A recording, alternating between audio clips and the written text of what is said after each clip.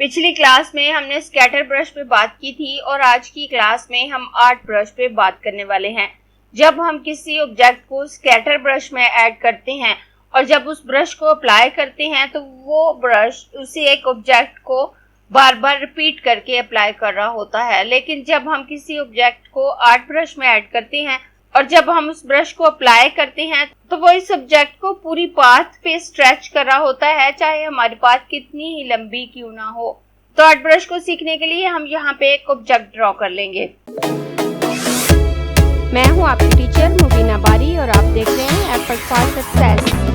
मज़ीद वीडियोस और अपडेट के लिए आप हमारी वेबसाइट विजिट कर सकते हैं। उसके अलावा आप हमें हमारे फेसबुक पेज पर भी फॉलो कर सकते हैं। मैं यहाँ से पॉलीगॉन शेप ले लेती हूँ। पॉलीगॉन शेप लेने के बाद मैं शिफ्ट के साथ एक पॉलीगॉन ड्रॉ कर लेती हूँ और इसको ड्रॉ करने के बाद मैं इसकी विड्थ थोड़ी सी कम करके इसको कुछ इस तरह की शेप दे देती हूँ और यहाँ से इसकी स्ट्रोक की विड्थ ज्यादा कर दूंगी। अब मैं यहाँ पे क्लिक करूंगी और आर्ट ब्रश पे क्लिक करके ओके करूँ तो मेरे पास कुछ इस तरह के ऑप्शन आते हैं। तो इन ऑप्शन को बताने से पहले मैं ब्रश क्रिएट कर लेती हूँ, क्योंकि जब हम उस ब्रश को अप्लाई करने के बाद इन ऑप्शन को देखेंगे तो हम उसका परव्यू भी देख सकते हैं और हमें साथ साथ पता चलेगा कि जब हम ब्रश को अप्लाई करेंगे तो क्या रिजल्ट आने वाला है। तो मैं यहाँ से ओके कर देती हूँ। ओके करूँ तो ये ब्रश यहाँ पे ऐड हो गया। उसके बाद मैं यहाँ से ब्रश टूल लूंगी और ब्रश टूल लेकर अगर मैं यहाँ पे क्लिक करूँ तो आप देखिए जितने एरिया में मैंने स्ट्रोक लगाई उसने उसको स्ट्रेच कर दिया। अगर मैं ज्यादा लंबी स्ट्रोक लगाती हूँ तो आप देखिए उसने उसे उतने एरिया में ही स्ट्रेच कर दिया। अगर मैं ज्यादा लंबी स्ट्रोक लगाती हूँ तो आप देखें कुछ इस तरह से रिजल्ट मेरे पास आ रहा होता है। मैं कंट्रोल ए से इन सब को सिलेक्ट करके डिलीट कर दूंगी और डिलीट करने के बाद यहाँ पे एक स्ट्रोक लगा लेती हूँ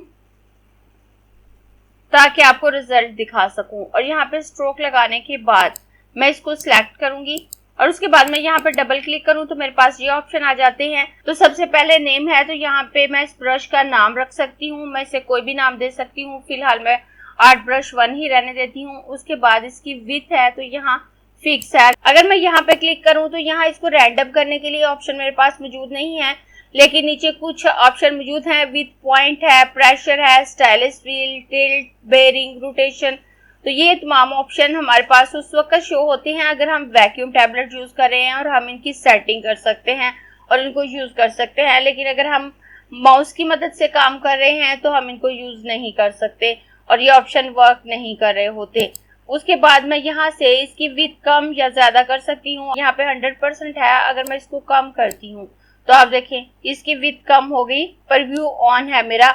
अगर आपको यहाँ पे रिजल्ट नजर नहीं आ रहा तो आप परव्यू ऑन कर दें तो आपको साथ ही रिजल्ट नजर आएगा कि इन चेंजिंग से क्या इफेक्ट आने वाला है। और अगर इस विड्थ को मैं ज्यादा करती हूँ तो आप देखें कुछ इस तरह से रिजल्ट मेरे पास आएगा। तो मैं इसे वापस 100% कर देती हूँ। उसके बाद नीचे ब्रश स्केल ऑप्शन है, तो इसमें सबसे पहले स्केल प्रोपोर्शनली है। मोस्टली हम इसको यूज नहीं करते क्योंकि अगर हम इसको यूज करें तो ये इसकी विड्थ और हाइट दोनों को स्ट्रेच कर रहा होता है और कोई अच्छा रिजल्ट हमारे पास नहीं आता। अगर मैं इस पे क्लिक करूं तो आप देखें कुछ इस तरह से रिजल्ट मेरे पास आएगा। ये उसकी विड्थ को भी स्ट्रेच कर रहा होगा और उसकी हाइट को भी। उसके बाद नीचे stretch to fit stroke length है, तो अगर हम इस पे चेक लगाते हैं तो हमारी स्ट्रोक की जितनी लेंथ होगी वो उसके साथ उसको स्ट्रेच करेगा, लेकिन विड्थ को स्ट्रेच नहीं कर रहा होता। ये उसकी विड्थ उतनी ही रखता है जबकि उसकी लेंथ को स्ट्रेच कर रहा होता है। और उसके बाद स्ट्रेच बिटवीन गाइड्स है। अगर हम चाहते हैं कि हमारा कुछ एरिया स्ट्रेच ना हो, हमारे ऑब्जेक्ट का कुछ हिस्सा स्ट्रेच ना हो, तो हम इस पे चेक लगा देंगे और उसके बाद हम उसका स्टार्ट और एंड पॉइंट डिसाइड कर देंगे कि हमने कितने एरिया को स्ट्रेच नहीं करना, तो ये उतने एरिया को स्ट्रेच नहीं करेगा। जैसे मैं स्ट्रेच बिटवीन गाइड पे क्लिक करूं तो ये नीचे भी मुझे ऑप्शन शो हो जाते हैं। जैसे अगर मैं चाहती हूं कि ये इन पॉइंट को स्ट्रेच ना करे तो मैं यहाँ से इस गाइड को पकड़ कर ड्रैग करूंगी और यहाँ पे रख दूंगी तो ये इतने एरिया को स्ट्रेच नहीं करेगा, बकाया एरिया को स्ट्रेच कर रहा होगा। तो अब आप देखें ये कॉर्नर इस तरह से हो गया और ये हमारा स्टार्ट पॉइंट है और स्टार्ट पॉइंट हम जो भी सेट करेंगे वो यहाँ पर शो हो रहा होगा। और उसके बाद ये एंड पॉइंट है। एंड पॉइंट हमारा ये वाला है और अगर हम एंड से भी चाहते हैं कि ये स्ट्रेच ना करे तो आप देखें इसे मैं यहाँ पे रखूंगी तो ये भी इस तरह से चेंज हो गया। इस तरह से अगर आप अपने ब्रश का कुछ पोर्शन स्ट्रेच नहीं करना चाहते तो आप डिसाइड कर सकते हैं। उसके बाद यहाँ पे डायरेक्शन है, तो यहाँ हमारे पास 4 ऑप्शन है। Stroke from left to right, stroke from right to left, stroke from bottom to top, stroke from top to bottom. यहाँ से हम इस डायरेक्शन को चेंज कर सकते हैं। मैं आपको चेंज करके दिखाती हूँ। अब आप देखें इस वक्त इसका एरो हेड यहाँ पे है तो ये इस तरफ इंडिकेट कर रहा है। अगर मैं इस पे क्लिक करती हूँ तो ये एरो हेड इस तरफ आ जाएगा, लेकिन इन दोनों को चेंज करने से हमारे ऑब्जेक्ट पे कोई फर्क नहीं पड़ रहा क्योंकि इसके स्टार्टिंग और एंडिंग पॉइंट दोनों सेम है। अगर इनमें डिफरेंस होता तो फर्क पड़ता। और उसके बाद अगर मैं stroke from bottom to top click करती हूँ तो अब आप देखें इसमें कुछ इस तरह से चेंजिंग आ गई है। अब ये बॉटम टू टॉप अप्लाई हो रही है। अगर मैं टॉप टू बॉटम करूं तो भी ये ऐसे ही अप्लाई होगी।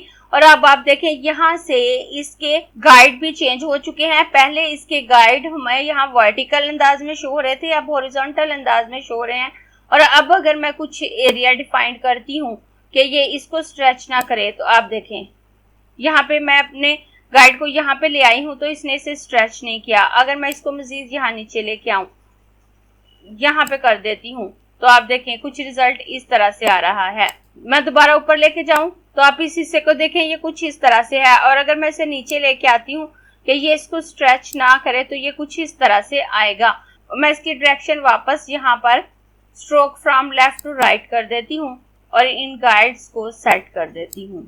और उसके बाद नीचे कलराइजेशन है, तो कलराइज मेथड को हम डिटेल से स्कैटर ब्रश में देख चुके हैं। अगर आपने वो क्लास देखी है तो आप इस ऑप्शन को अच्छे से समझ गए होंगे। अगर मैं इस पे क्लिक करती हूँ तो यहाँ मेरे पास 4 ऑप्शन है, none, tint, tint and shade and hue shift. तो इन ऑप्शन को हम 2 तरह से यूज करते हैं। अगर हम कोई ब्लैक ऑब्जेक्ट क्रिएट करते हैं और उसको ब्रश में ऐड करते हैं और हम चाहते हैं कि बाद में हम उसका कलर चेंज कर सकें तो हम यहाँ से नन नहीं टिंट सिलेक्ट करेंगे। अगर हम नन सिलेक्ट करते हैं तो वो ब्रश ब्लैक ही रहेगा अगर हमने उसे ब्लैक क्रिएट किया। और अगर हम कोई कलर ब्रश क्रिएट करते हैं और जिस कलर में हम क्रिएट करते हैं अगर हम नन रखते हैं तो वो कलर चेंज नहीं होगा, चाहे हम स्ट्रोक कलर चेंज करें चाहे हम फिल कलर चेंज करें। हम ब्लैक ब्रश बनाएं या कलर ब्रश बनाएं, अगर हम नन सिलेक्ट कर लेते हैं तो जो हमारे ब्रश की अपीयरेंस है वो चेंज नहीं होगी, उसका कलर चेंज नहीं होगा। अगर हम टिंट सिलेक्ट करते हैं और हमारा ऑब्जेक्ट सिंगल ब्लैक कलर में है तो जब हम स्ट्रोक कलर चेंज करेंगे तो उसका कलर चेंज हो जाएगा। और अगर हमारे ऑब्जेक्ट में एक से ज्यादा कलर हैं और हम टिंट सिलेक्ट करते हैं तो जब हम स्ट्रोक कलर को चेंज करेंगे तो वो उस कलर के साथ साथ उसके लाइट टोन ऐड कर रहा होता है। अगर हम टिंट एंड शेड सिलेक्ट करते हैं और जब हम स्ट्रोक कलर चेंज करते हैं तो वो उस कलर के साथ साथ उसके डार्कर टोन उसमें ऐड कर रहा होता है।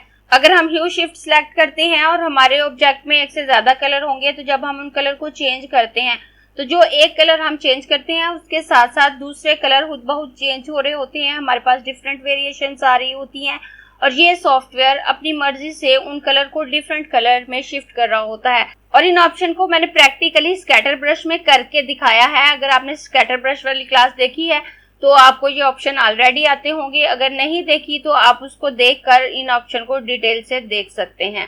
उसके बाद यहाँ पे की कलर है, तो आपके ऑब्जेक्ट में अगर एक से ज्यादा कलर हैं तो उनमें से किसी एक कलर को आप एज ए की कलर ले सकते हैं। इस वक्त मेरे ऑब्जेक्ट के फिल में व्हाइट कलर है और आउटलाइन में ब्लैक कलर है तो यहाँ पे व्हाइट कलर मुझे शो हो रहा है। उसके बाद अगर मैं यहाँ पे आती हूँ तो यहाँ पे टिप है, ये भी कलराइज मेथड को लेके है, तो आप यहाँ से देख सकते हैं कि क्या इफेक्ट आने वाला है। अगर आप नन रखते हैं तो आप देखें इसमें कोई कलर चेंजिंग नहीं है, आप जो भी कलर लेंगे वो उन्हीं कलर को अप्लाई कर रहा होगा। और उसके बाद अगर आप टिंट रखते हैं तो आप देखें ओरिजिनल कलर आपका यहाँ पे हमें शो हो रहा है और उसके बाद इसके लाइट टोन आपको नजर आ रहे हैं। और अगर आप टिंट एंड शेड रखते हैं तो यहाँ पर आपका ओरिजिनल कलर और उससे डार्क शेड आपको नजर आ रहे होंगे। और उसके बाद ह्यू शिफ्ट है तो आप देखें यहाँ उसने डिफरेंट कलर्स में इनको शिफ्ट कर दिया, यहाँ मिड में पर्पल, यहाँ पे येलो, यहाँ पे सायान, तो ये अपनी मर्जी से इनको चेंज करेगा। यहाँ से हम कोई काम नहीं कर रहे होते, ये जस्ट हमें टिप दी हुई है कि इस तरह से रिजल्ट आएगा। अगर आप नन सिलेक्ट करते हैं, टिंट सिलेक्ट करते हैं, टिंट एंड शेड सिलेक्ट करते हैं या ह्यू शिफ्ट सिलेक्ट करते हैं तो मैं यहाँ से ओके कर देती हूँ। उसके बाद नीचे कुछ ऑप्शन है, फ्लिप अलोंग, फ्लिप अक्रॉस और ओवरलिप। ओवरलिप का ऑप्शन हम उस वक्त यूज कर रहे होते हैं जब हमने किसी रेक्टेंगुलर शेप पे अपने ब्रश को अप्लाई किया होता है तो उसके कॉर्नर किस तरह से अटैच होंगे, ये ऑप्शन उस वक्त काम करता है। मैं यहाँ से ओके करूँ तो इस तरह से ऑप्शन आता है। अब जो चेंजिंग मैंने ऊपर की है, अगर मैं इस स्ट्रोक पे अप्लाई करना चाहती हूँ तो मैं अप्लाई स्ट्रोक करूंगी। अगर मैं इस स्ट्रोक पे अप्लाई नहीं करना चाहती लेकिन इस ब्रश में चेंजिंग करना चाहती हूँ तो मैं लीव स्ट्रोक करूंगी। और अगर मैं कैंसिल कर दूं तो कोई भी चेंजिंग नहीं आएगी, तो मैं यहाँ से अप्लाई स्ट्रोक कर देती हूँ। अप्लाई स्ट्रोक करने के बाद अब मैं इसको यहाँ से डिलीट कर दूंगी और डिलीट करने के बाद मैं यहाँ से रेक्टेंगल टूल लूंगी। रेक्टेंगल टूल लेने के बाद मैं यहाँ पर एक रेक्टेंगल ड्रॉ करूंगी और इस पे क्लिक करके इसको इस पे अप्लाई कर लेती हूँ। अप्लाई करने के बाद आप देखें इसका कॉर्नर कुछ इस तरह से आ रहा है। मैं इसको सिलेक्ट करूंगी और इस ब्रश पे डबल क्लिक करूंगी। अब मैं यहाँ से ओवरलिप ऑप्शन की तरफ आती हूँ। अगर मैं अपने पहले ऑप्शन पे क्लिक करूं तो यहाँ पे देखें जो हमारा पहला ऑप्शन है, don't adjust corner and fold.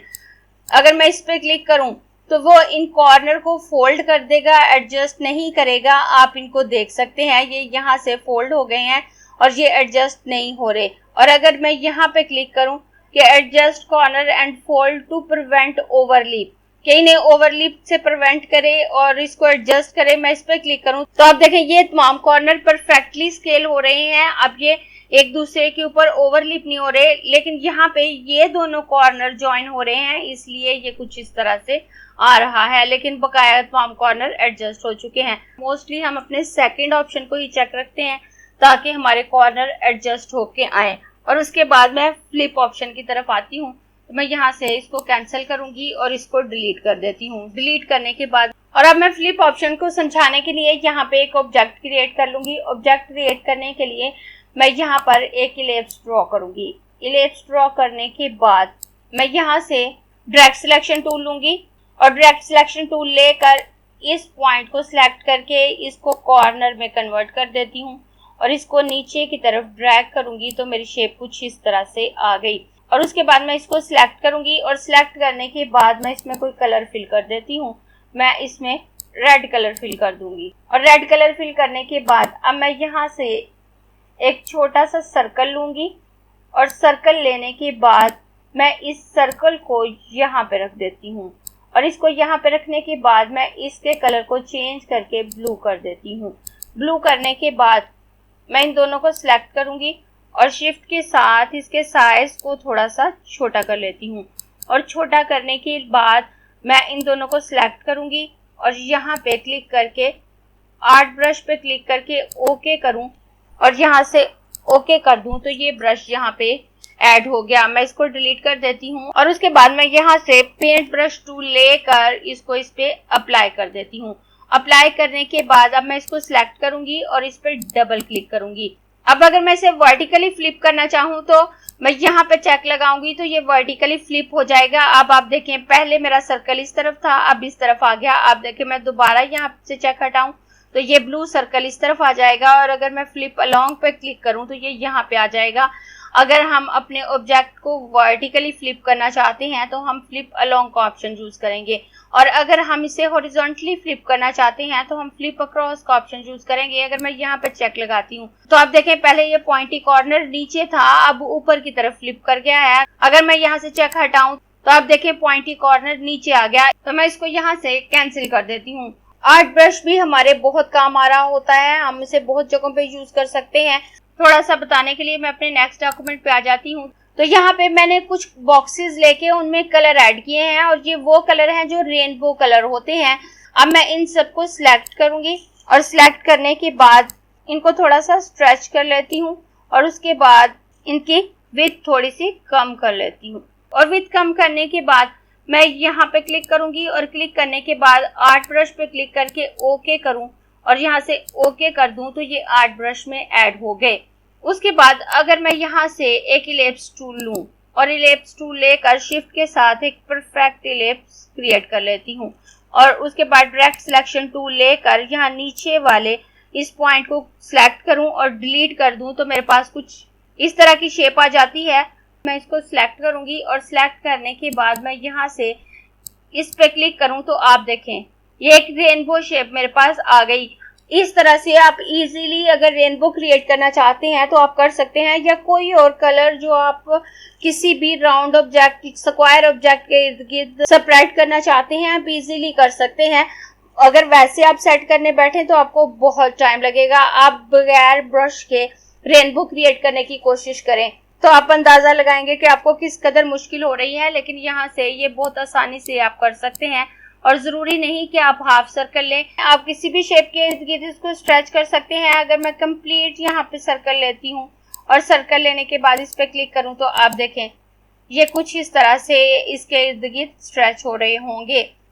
मैं इसको डिलीट कर देती हूँ और इसको भी डिलीट कर देती हूँ और उसके बाद इस फ्लोर की तरफ आती हूँ। तो मैं यहाँ पर एक रेक्टेंगल ड्रॉ कर लेती हूँ और इसमें ग्रीन कलर फिल करूंगी। ग्रीन कलर फिल करने के बाद अगर मैं इस ऑब्जेक्ट को इसके कॉर्नर पे रखती हूँ और इस कॉर्नर पे इसको फिट करने के बाद मैं यहाँ से इसकी एक कॉपी यहाँ पे रख लेती हूँ और इन दो कॉपीज को लेने के बाद अब आप देखें ये रेक्टेंगल मैंने बार्ड में क्रिएट किया है तो ये ऊपर आ रहा है और मुझे इसे इसके बैक में भेजना है। तो मैं यहाँ पे क्लिक करूंगी और राइट क्लिक करके अरेंज ऑप्शन पे आकर मैं इसे सेंड टू बैक कर दूंगी तो अब इनके बैक में चला गया। उसके बाद मैं इसको सिलेक्ट करूंगी, शिफ्ट के साथ इसके साइज को थोड़ा छोटा कर लेती हूँ और उसके बाद यहाँ पे क्लिक करके आर्ट ब्रश पे क्लिक करके ओके करूंगी। ओके करने के बाद यहाँ स्ट्रेच बिटवीन गाइड पे क्लिक करने के बाद इन गाइड को यहाँ पे ले आती हूँ क्योंकि मुझे इन फ्लावर को स्ट्रेच नहीं करना जब मैं इस पे अप्लाई करूंगी। और उसके बाद यहाँ पे कलराइज मेथड को मैं नन ही रखती हूँ ताकि मेरे कलर चेंज ना हो जब मैं बाद में इनको अप्लाई कर दूं। तो उसके बाद मैं ओके कर दूंगी। ओके करने के बाद तो मैं यहाँ से इलिप्स टूल लूंगी और एक ओवल शेप ड्रॉ कर लूंगी। ओवल शेप ड्रॉ करने के बाद इस ब्रश पे क्लिक करूं, अगर मैं यहाँ से इसकी स्ट्रोक को ज्यादा करूं तो आप देख सकते हैं कितना खूबसूरत इफेक्ट आ रहा है। उसके अलावा आप इसमें डबल कलर भी ऐड कर सकते हैं। आप डिफरेंट एक्सपेरिमेंट करके देख सकते हैं, डिफरेंट ऑब्जेक्ट को ब्रश में ऐड करके अप्लाई करके देख सकते हैं कि क्या रिजल्ट आने वाला है। ये ब्रशेस आपके टाइम को सेव करने में आपकी हेल्प करते हैं और आपके काम को बहुत ज्यादा आसान बना देते हैं। अगर आपको ये क्लास पसंद आई है तो लाइक कीजिए, अपने दोस्तों के साथ शेयर भी कीजिए ताकि वो भी सीख सके। आप अपने क्वेश्चंस और व्यूज नीचे कमेंट बॉक्स में लिख सकते हैं और अगर आपने चैनल सब्सक्राइब नहीं किया तो प्लीज सब्सक्राइब कीजिए ताकि आपको आने वाली वीडियोस का नोटिफिकेशन फौरन से मिल सके।